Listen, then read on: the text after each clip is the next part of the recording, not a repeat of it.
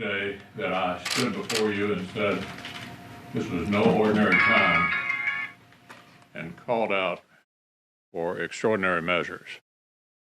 I'm proud to announce tonight not a single senator voted against this $2 trillion rescue bill to save American individuals, small businesses, large businesses, and to provide considerable funding for the healthcare workers and the scientists and the doctors and others who are trying to solve this pandemic. So I think if I were writing your headline, I'd say the Senate has pivoted from one of the most contentious, partisan periods in the nation's history to passing this rescue package 100-0, all in one quarter of this year. From arguably the most partisan, divisive thing you could possibly do to coming together entirely, 100 of us, to meet this challenge, I think says a lot about the United States Senate as an institution, our willingness to put aside our differences to do something really significant for the country. I think one of the reasons that happened is we're inspired by what's going on around the country. People are helping each other, reaching out, looking for ways to make a difference, following the directions of the healthcare professionals.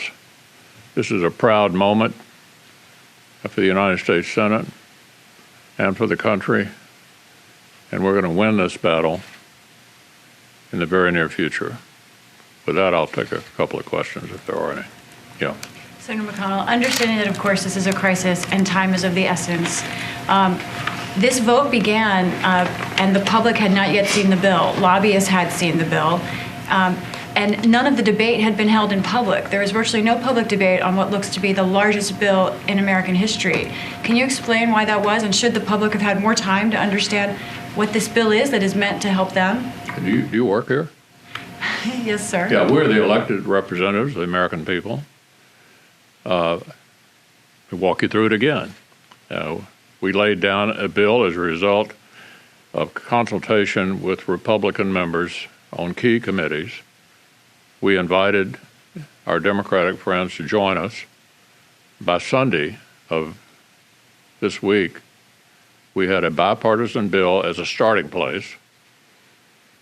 Then the Speaker and the Democratic leader came into my office on Sunday, and that slowed down the process, but it had already begun on a totally bipartisan basis.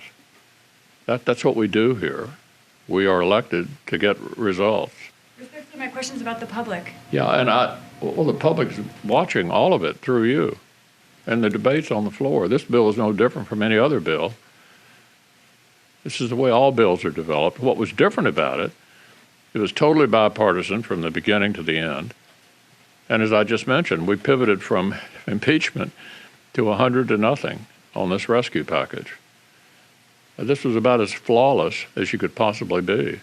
We had input from everyone, all over the country, all parts of our society, from nonprofits to profits, all going to their elected representatives, coming into these discussions. This is a classic way you write legislation in a democracy. Yeah. At the same time, I mean, you and Schumer didn't seem to interact too much with each other. Throughout the entire process, you were railing on Pelosi as if she did not have a right to have any sort of imprint on this bill. I know you're paid to find something wrong with almost everything, but there's not much to argue about. When people who are, I can answer, I'll be happy to answer myself. We pivoted from one of the most partisan exercises you could ever be engaged in to a bipartisan 100-0, $2 trillion rescue package for the country.